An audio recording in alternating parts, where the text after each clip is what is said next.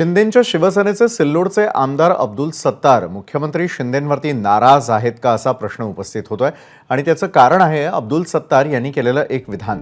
शिवसेनेसोबत माझा प्रासंगिक करार असून ज्या दिवशी शिंदेंचा माझ्यावरचा विश्वास संपेल त्या दिवशी आपण योग्य निर्णय घेऊ असं सूचक विधान अब्दुल सत्तारांनी केलंय।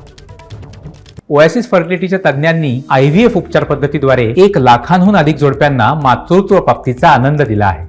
मोफत अपॉइंटमेंट बुक करण्यासाठी आजच संपर्क साधा। सन्माननीय एकनाथ शिंदे साहेबांचा विश्वासू आहे। जोपर्यंत एकनाथ शिंदे साहेब आणि माझे संबंध, मी पहिले भी बोललो तुम्हाला, एकदम गुड फेथचे चांगले आहे।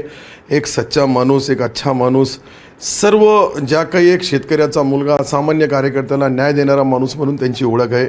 मी मुळात ज्यावेळेस 19 मध्ये हे जे घडलं, या घडण्याच्या पाठीमागचे सूत्रधार भी तुम्हाला माहीत नाही, याचे मेन सूत्रधार एकनाथ शिंदे आहेत। एकनाथ शिंदे औरंगाबादचे पालकमंत्री होते आणि ते पालकमंत्री असताना त्यांचे आमचे संबंध आले आणि त्यांच्या संबंधाच्या मी काँग्रेसमध्ये काही गोष्टीमध्ये बदल करायचं सांगितलं उमेदवारामध्ये।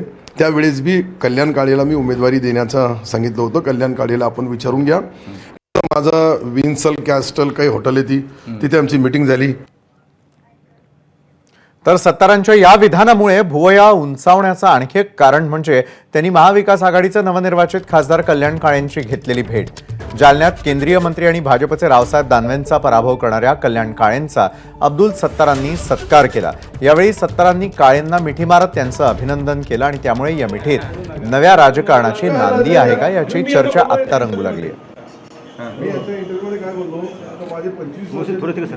त्यांना मी एक प्रश्न विचारला होता काही वेळापूर्वी, तुमचे जवळचे मित्र कोण? तर त्यांनी उत्तर दिलं, अंतराने जवळचे रावसाहेब दानवे आणि हृदयाच्या जवळचे कल्याण काळे। ते खरं आहे, ते खरं आहे।